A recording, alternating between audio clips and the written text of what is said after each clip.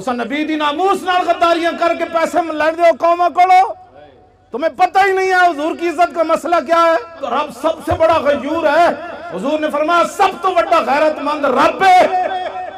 جناب یوسف علیہ السلام دے بھائیاں نے جناب یوسف علیہ السلام نو کھوہ وچ سٹیا نا تے قافلہ آ گیا، انہیں ڈول پایا تے جناب یوسف ڈول پکڑ کے تے کنویں دے باہر آ گئے.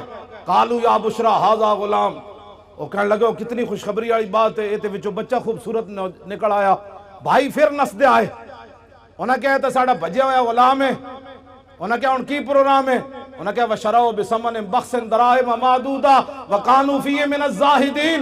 انہیں کہا سی یہ غلام بیچنا ہے، نسن دی بڑی بھیڑی عادت ہے، چند کھوٹے درہم ہی دے دیو اسی یہ غلام بیچنا ہے. جناب یوسف دی قیمت لگی بازار مصر وچ. اے علماء کم از کم 6 مہینے جمعہ پڑھا سکتے ہیں سورہ یوسف دے ہوتے، تسی کیوں نہ پڑھان دے جمعے؟ سورہ یوسف پڑھ کے دسو قوم نو کہ جناب یوسف دی صرف قیمت پئی ہے بازار وچ. رب 7 سال قات لے آیا مصر وچ، 7 سال قات سالی آ گئی. دودھ پیندا بچہ بھی جدو جناب یوسف دے پیراں وچ وکیا نہیں سی نا، دودھ پیندا بچہ بھی جدو ماں پہ ویچ کے نہیں سننا گئے، اس وقت تا رب قات نہیں ہٹایا. رب اپنے نبیوں دی عزت دے بارے اتنا غیور ہے، وہ تو جناب یوسف ہے اور امام الانبیاء کی بات تو ہے ہی نرالی. اسے زندگی نو کچھ نہیں کرنا، اسے زندگی نو. حضرت خبیب بن عدی دی قبر ہے جی کدھر نشان؟ حضرت خبیب بن عدی صحابی رسول دی قبر دا نشان ہے. مشرکین مکہ نے آپ نو سولیوں تے بدھیا، پہلے سولیوں تے بن کے نا پھر انہاں پورے عرب نو بلایا. انہاں کیا امام الانبیاء دے غلامہ نے جدہ جدہ بندہ ماریا، جنہوں نقصان پہنچایا. ایک غلام قابو آ گیا خبیب بن عدی، اسی نو بند دیتا ہے سولیوں تے. آؤ تے تلواراں تے نیزے لے آؤ تے چھرے لے آؤ تے چاقو لے آؤ تے تیر لے آؤ، ایک بندے کو تسی بدلہ لو. تسی سوچ سکتے ہو ایک بندے کو کتنا بدلہ انہاں لے ہونا. سب تو زیادہ ظلم خبیب بن عدی نال ہویا. انہاں کینچیاں نال آ کے آپ دا ایک ایک جسم کٹیا اور آپ نے پھر تختہ دار ہوتے ترانہ پڑھیا. مکہ تو حضور بہت بعد اچ فتح ہویا نا جی. آپ نے جتھے مقام تنعیم ہے نا مسجد عائشہ، اس مقام ہوتے آپ نے تختہ دار جدو آپ دا جسم کٹ رہے سن نا اور دوروں ہٹ کے نشانہ بن رہے سن. لو تو نہیں سی نا، خبیب بن عدی دا جسم تا انسان والا ہی سی نا. دوروں ہٹ کے انہاں دے نشانہ باز، دوروں ہٹ کے آپ تے تلواراں نال آپ تے چھوڑے لا رہے سن. ایک ایک جسم نے ایک چھوڑے جو لکڑی دے چھوڑے لاندے انج لا رہے سن تے آپ انج تختہ دار ہوتے بدھے ہوئے سن. تے آپ نے انہوں نے ویکھ کے فرمایا تم کیا سمجھتے ہو کہ میں نے جن کا کلمہ پڑھا ہے میں بے وفائی کر جاؤں گا؟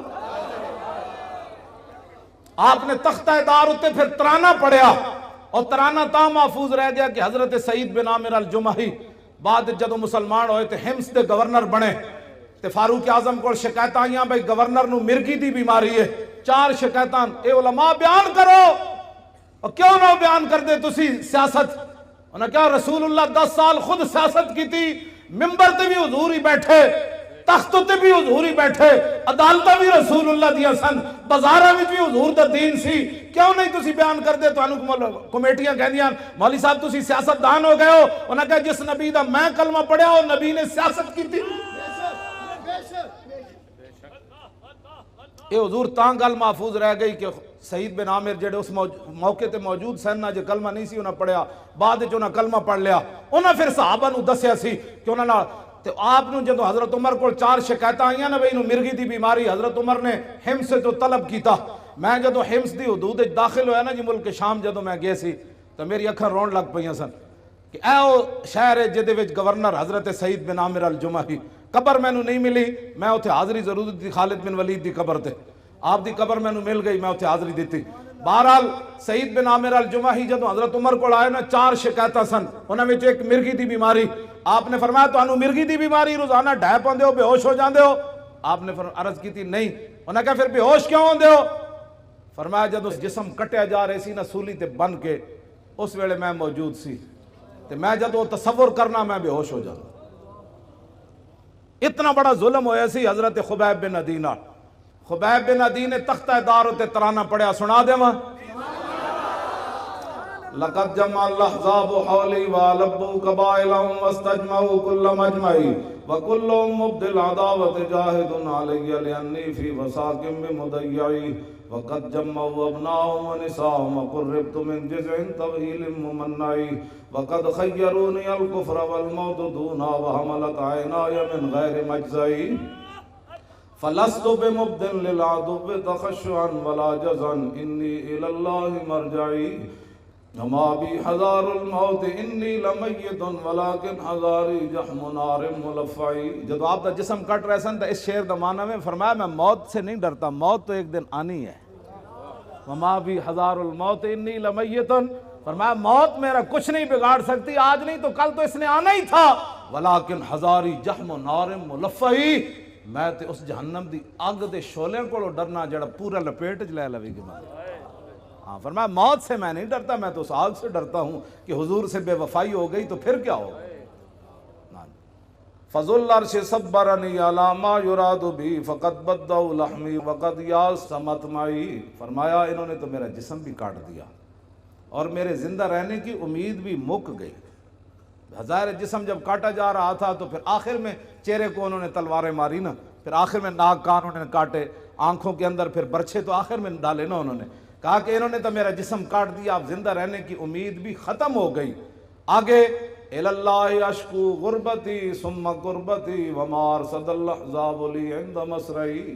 اب میری غریب الوطنی اور میرے اوپر جو ظلم ہو رہا ہے میں اس کی شکایت اپنے رب کی بارگاہ میں کر رہا ہوں. کیوں جی؟ آخر تو پھر کی فرمایا جدوں نہ جسم اپنوں ایتھے مارن لگ دے تو پھر زبان کٹنے دے قریب آئے نا، جدوں آپ دی زبان پھر انہیں کٹنے کا بار کٹ کے زبان کٹن لگے، اس ویلے پھر آپ نے فرمایا فَلَسْتُ بَالِي حِينَ اُقْتَلُ مُسْلِمًا عَلَىٰ جَنْبٍ كَانَ لِلَّهِ مَسْرَعِي وَذَلِكَ فِي ذَاتِ الْإِلَٰهِ وَإِن يَشَاء يُبَارِكْ عَلَىٰ أَوْصَالِ شِلْوٍ مُمَزَّعِي. فرمایا میری زبان کاٹنے کے بعد اب یہ خاموش ہو جائے گی. فرمایا سن لو، مجھے تمہاری اب زبان کاٹنے کے قریب آ گئے، مجھے اس بات کی کوئی پرواہ نہیں تم میری زبان کاٹنے لگے ہو، اس لیے کہ میں دنیا سے محمد عربی کا غلام بن کے جا رہا. ہاں جی توجہ جی. فرمایا یہ سب کچھ میں اللہ رسول کے لیے برداشت کر رہا ہوں. وَذَلِكَ فِي ذَاتِ الْإِلَٰهِ وَإِن يَشَاء يُبَارِكْ عَلَىٰ أَوْصَالِ شِلْوٍ مُمَزَّعِي. فرمایا میرا جسم کاٹ کر تم تاڑیاں مار رہے ہو کہ ہم نے حضور کے غلام سے بدلہ لے لیا. فرمایا جس رب کے لیے میں نے یہ اذیتیں برداشت کی ہے نا، میرا رب قادر ہے میرے کٹے ہوئے جسم کو پھر جوڑ دے گا ایسے کر کے. بس یہ اسلام ہے.